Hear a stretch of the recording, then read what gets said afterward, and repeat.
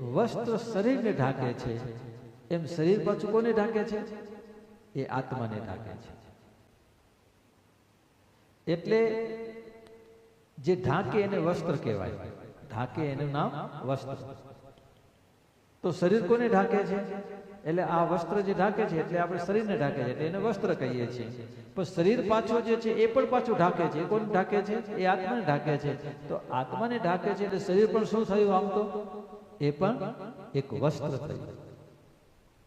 ગીતામાં એટલે ભગવાન કહે છે કે જેમ જૂના વસ્ત્રોનો ત્યાગ કરે છે માણસ અને નવા વસ્ત્રને ધારણ કરે છે, એમ શરીર રૂપી વસ્ત્રનો ત્યાગ કરી અને નવા વસ્ત્રનો, જેમ કેમ કે શરીર વૃદ્ધ થઈ ગયું, રોગિષ્ટ થઈ ગયું, હવે હાલી શકતું નથી, ચાલી શકતું નથી, જોઈ શકતું નથી, એટલે વસ્ત્ર ખતમ. જેમ નવા વસ્ત્રો પણ એવા જીર્ણ થઈ જાય, આપણા કોઈ વસ્ત્ર પહેર્યા હોય ખતમ થઈ જાય, ફાટી જાય, જીર્ણ થઈ જાય તો એનો ત્યાગ કરી દઈએ છીએ, પછી નવું વસ્ત્ર પહેરી. એમાં શરીર પણ એક એવું વસ્ત્ર, ગીતામાં ભગવાન કૃષ્ણ કહે કે આ એક શરીર છે એટલે એનું નામ મૃત્યુ કહીએ છીએ. કે એ શરીરનો જીવ શું કરે છે?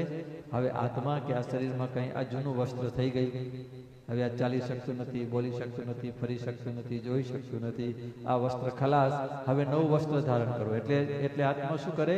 શરીર રૂપી વસ્ત્રનો ત્યાગ કરે. પછી એનો જન્મ થાય પાછો, એટલે નવું વસ્ત્ર એને ધારણ.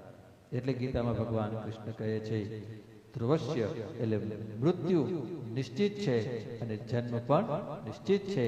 જેમ જૂના વસ્ત્રનો ત્યાગ કરીને જીવ નવા વસ્ત્રને ધારણ કરે છે, એમ આત્મા જૂના વસ્ત્રનો, શરીરરૂપી વસ્ત્રનો ત્યાગ કરી નવા શરીરને ધારણ કરે.